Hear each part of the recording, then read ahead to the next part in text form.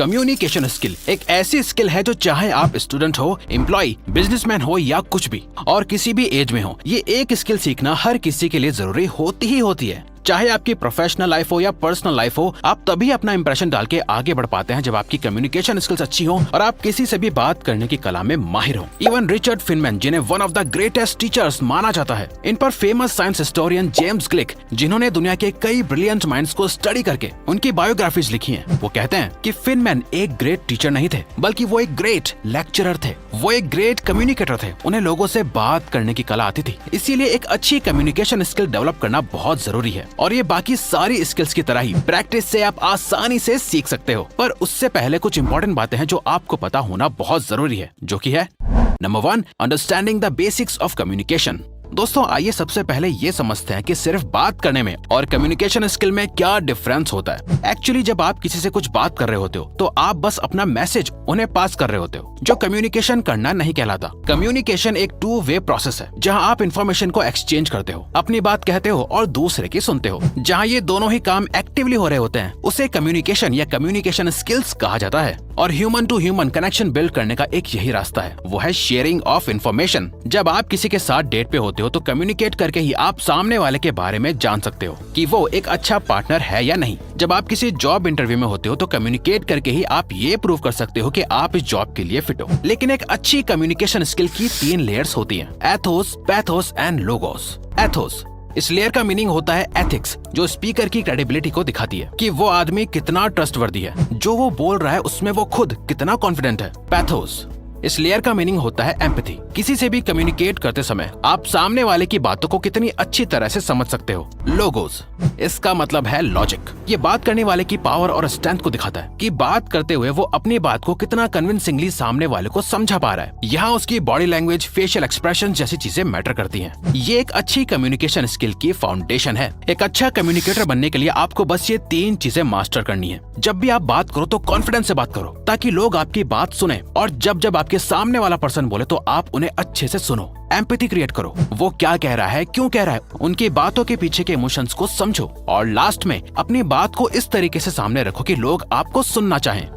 Conversational threading, ये communication की सबसे इम्पोर्टेंट स्किल है। अगर आपने इसे मास्टर कर लिया तो आपको और सुनाओ और बताओ जैसे वर्ड्स को यूज करना नहीं पड़ेगा, बातें अपने आप ही होती चली जाएंगी। दोस्तों, कॉन्वर्सेशनल थ्रेडिंग का मतलब होता है किसी की कही एक बात से 10 और बातें निकालना, ताकि कॉन्वर्सेशन का फ्लो अच्छे से बना रहे और बिना ऑफ टॉपिक जाए बातें चलती रहें। अब इसे हम एक एग्जाम्पल से समझ सकते हैं। फॉर एग्जाम्पल, मान लो आप कहीं पे किसी पर्सन से मिले, किसी फंक्शन या नॉर्मल गेट टुगेदर में, जिससे आप कॉन्वर्सेशन स्टार्ट करना चाहते हो, लेकिन आपके पास बात करने को कुछ भी नहीं है। तो आप सिंपली उस पर्सन को ऑब्जर्व करते हुए एक सरफेस लेवल कॉन्वर्सेशन स्टार्ट करते हो, ये कहते हुए, हे हाय, आप यहाँ अकेले क्यों खड़े हुए हो, बाकी लोगों के साथ एंजॉय क्यों नहीं करते? जिस पे वो भी एक सिंपल रिप्लाई करते हुए कहते हैं, बस आज ऑफिस में काफी वर्क था, मैं बहुत थक चुका हूँ इसीलिए। अब यहाँ आपको क्वेश्चन ही क्वेश्चन नहीं पूछने हैं, बल्कि उनकी बात सुनकर और बात निकालनी है।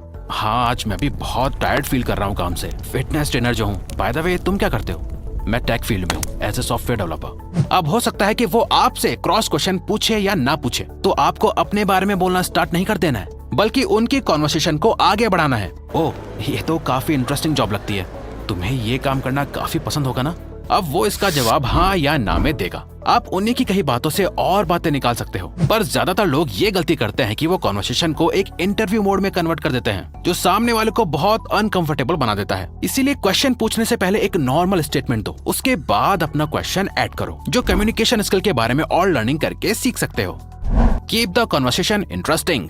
दोस्तों, आपके साथ ऐसा हुआ होगा कि जब आप किसी से बात कर रहे हो, कुछ बता रहे हो, पर वो आपकी बात में इंटरेस्टेड ही नहीं है। वो इधर उधर देख रहा है, अपना फोन चेक कर रहा है, और उनके फेस पे ही ये नजर आ रहा है कि वो इस बात में बिल्कुल इंटरेस्टेड नहीं है। पर आप बहुत ज्यादा ट्राई कर रहे हो उन्हें अपनी बातों से इम्प्रेस करने का, पर वो हो ही नहीं रहे होते। आपको कितना बुरा फील होता है ऐसे टाइम पर। सिमिलरली आप ऐसे लोगों से भी मिले होंगे जो रशिया और यूक्रेन की वॉर के बारे में बात कर रहे हैं, ब्लैक होल क्या होता है ये बता रहे हैं, या हॉलीवुड की कोई मूवी के बारे में बता रहे हैं, पर आपको उनकी किसी भी बात में कोई इंटरेस्ट नहीं है, ना ही आप इन चीजों के बारे में जानते हो। आपको तो टेक्नोलॉजी में इंटरेस्ट है, आपको इंडियन मूवीज देखना ज्यादा पसंद है, हॉलीवुड की नहीं। अब ऐसे टाइम पर सामने वाले को बहुत बुरा लगता है जब आप उसकी बातों में इंटरेस्टेड नहीं होते। होते। दोस्तों, कम्युनिकेशन एक 2-वे गेम है। जब दोनों में से एक भी पर्सन सामने वाले की बातों में इंटरेस्टेड नहीं होगा और ना ही कुछ इंटरेस्टिंग कहेगा, तो वो कॉन्वर्सेशन एक डेड एंड की तरफ चली जाएगी और बात खत्म होने के बाद लोगों को वो कॉन्वर्सेशन और वो इंसान याद ही नहीं रहेगा। इसीलिए आपको एक ऐसा इंसान बनना चाहिए जिससे बात करके वो अपने घर जाए तो भी आपकी बातें और आप उन्हें याद आए और वो सोचे कि ये कितना इंटरेस्टिंग पर्सन था। और कॉन्वर्सेशन को इंटरेस्टिंग रखने के लिए आपको उस पर्सन की बातों और उसको ऑब्जर्व करके एक ऐसा टॉपिक ढूंढना पड़ेगा जिसमें आप दोनों का इक्वल इंटरेस्ट हो। यानी जिस टॉपिक पे आपको लग रहा हो कि ये पर्सन ज्यादा इंटरेस्टेड है बात करने में, तो बिना उस टॉपिक को स्किप किए आप उससे उस टॉपिक के बारे में बात कर सकते हो जिसके बारे में बोलने में उससे मजा आ रहा है। अगर आपके पास उस टॉपिक के बारे में ज्यादा कुछ नॉलेज नहीं भी है तो उसे चुपचाप से सुनो और उससे उस टॉपिक से रिलेटेड क्वेश्चंस कर सकते हो ताकि कॉन्वर्सेशन ऑनगोइंग रहे। और कुछ लोग फालतू में सीरियस और गहरी बातें करके सामने वाले पर्सन को दिखाने का ट्राई करते हैं कि वो कितने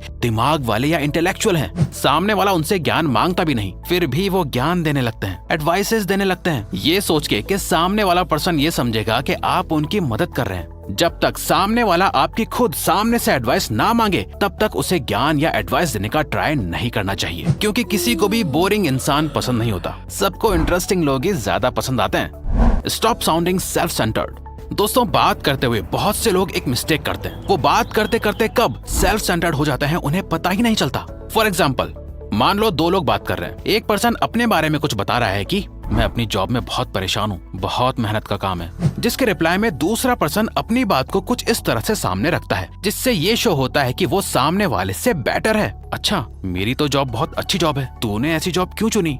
यार, मुझे तो अपने लिए टाइम ही नहीं मिलता, मैं बहुत बिजी रहता हूँ। अच्छा, खैर मैं तो तुझसे भी ज्यादा बिजी रहता हूँ, लेकिन फिर भी खुद के लिए टाइम निकाल लेता हूँ। मेरी लाइफ में बहुत प्रॉब्लम्स हैं। मेरी लाइफ तो भाई तुझसे भी ज्यादा मुश्किल है।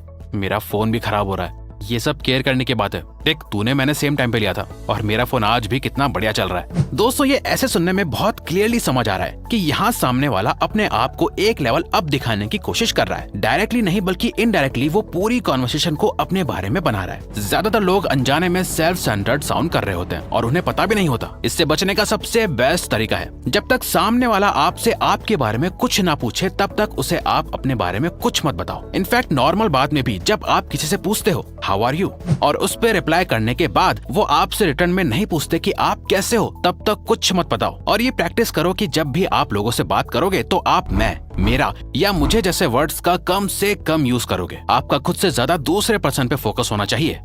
Tactical empathy.